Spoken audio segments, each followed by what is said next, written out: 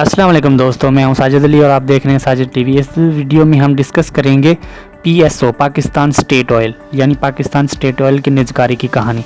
तो let's start the video. ये नवाज शरीफ का दौर था, कौमी इदारों की बड़ी फिरती के साथ निजकारियाँ की जा रही थी, तो उन्होंने निजकारियों के दौरान PSO पाकिस्तान स्टेट ऑयल के गुलगुले भी शुरू होने लगे। लेकिन इसी दौरान कुछ अजीब और गरीब नौयत के वाक़यात हो गए और इन दिनों में PSO के मुकाबिल दो बड़ी कंपनियां शेल और कॉल्टेक्स ही हुआ करती थी। अटक ऑयल रिफाइनरीज और टोटल के पंप्स अभी मुकाबले में नहीं आए थे। पाकिस्तान में कारोबार कर रही सभी multi national petroleum companies PSO से पेट्रोल खरीद कर अपने पंप्स पर बेच रही थी। अब शेल PSO की बड़ी मकरूज हो चुकी थी।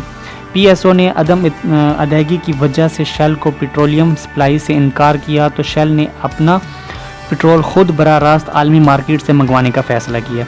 अब जब उसने अपना पेट्रोल मंगवाया, जो उसे इसलिए महंगा पड़ा कि इस पर भारी कस्टम ड्यूटी देना पड़ गई। जब भारी कस्टम ड्यूटी से 14 तबक रोशन हुए, तो लौट के बुद्धू घर को आया के मुताबिक शेल कंपनी PSO के चरणों में आ गिरी और एक बड़ी किस्त वाजबात की अदा करके अपना पेट्रोलियम कारोबार PSO के साथ दोबारा शुरू कर लिया। लेकिन दिल से कारोबारी रकाबत के साथ कीना व बुग़्ज़ ना निकाला और बाज़ार से PSO के सबसे ज़्यादा शेयर्स 40% तक ख़रीद लिए। अब जनाब, जब हुकूमत ने कौमी इदारों का निजकारी का आगाज़ किया, तो पाकिस्तान स्टेट ऑयल भी निजकारी लिस्ट में आ गई। पाकिस्तान स्टेट ऑयल की सबसे ज़्यादा ख़रीदे गए शेयर्स की वजह से शेल सबसे पहली बड़ी उम्मीदवार पार्टी की सूरत में भी PSO ख़रीदने के लिए मैदान में मौजूद थी। अब यहाँ पर कौमी दफाई थिंक टैंक्स में तशवीश पैदा हुई कि पेट्रोलियम ज़राए अगर हाईलैंड की यहूदी कंपनी के कंट्रोल में चले गए, तो कल को भारत या किसी भी गैर मुस्लिम मुल्क के साथ किसी मड भी झड़ झपट या जंग कुछ भी अगर मसला होता है, तो कौमी दिफाई साज व सामान जेट एंड फाइटर्स, टैंक्स व हैवी आर्मड व्हीकल्स और दीगर मशीनरीज की रीफ्यूलिंग के लिए ये हाईलैंड की सुहानी पेट्रोलियम कंपनी किसी हद तक काबिल भरोसा साबित होगी नहीं होगी।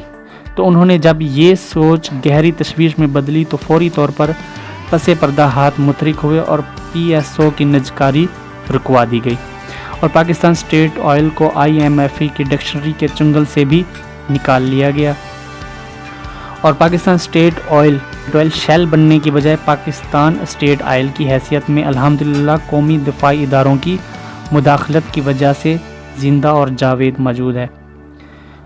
अब भी मुल्क पर कड़ी आजमाइश के हालात में, जब तमाम कंपनीज के पंप्स ज़ाती मफादात और पाकिस्तान की मैशियत तबाह करने की गर्ज से बंद हो चुके हैं, तो पाकिस्तान स्टेट ऑयल पंप्स पर अवाम को असल हुकूमती ऐलान करदा कीमत पर पेट्रोल मैसर है।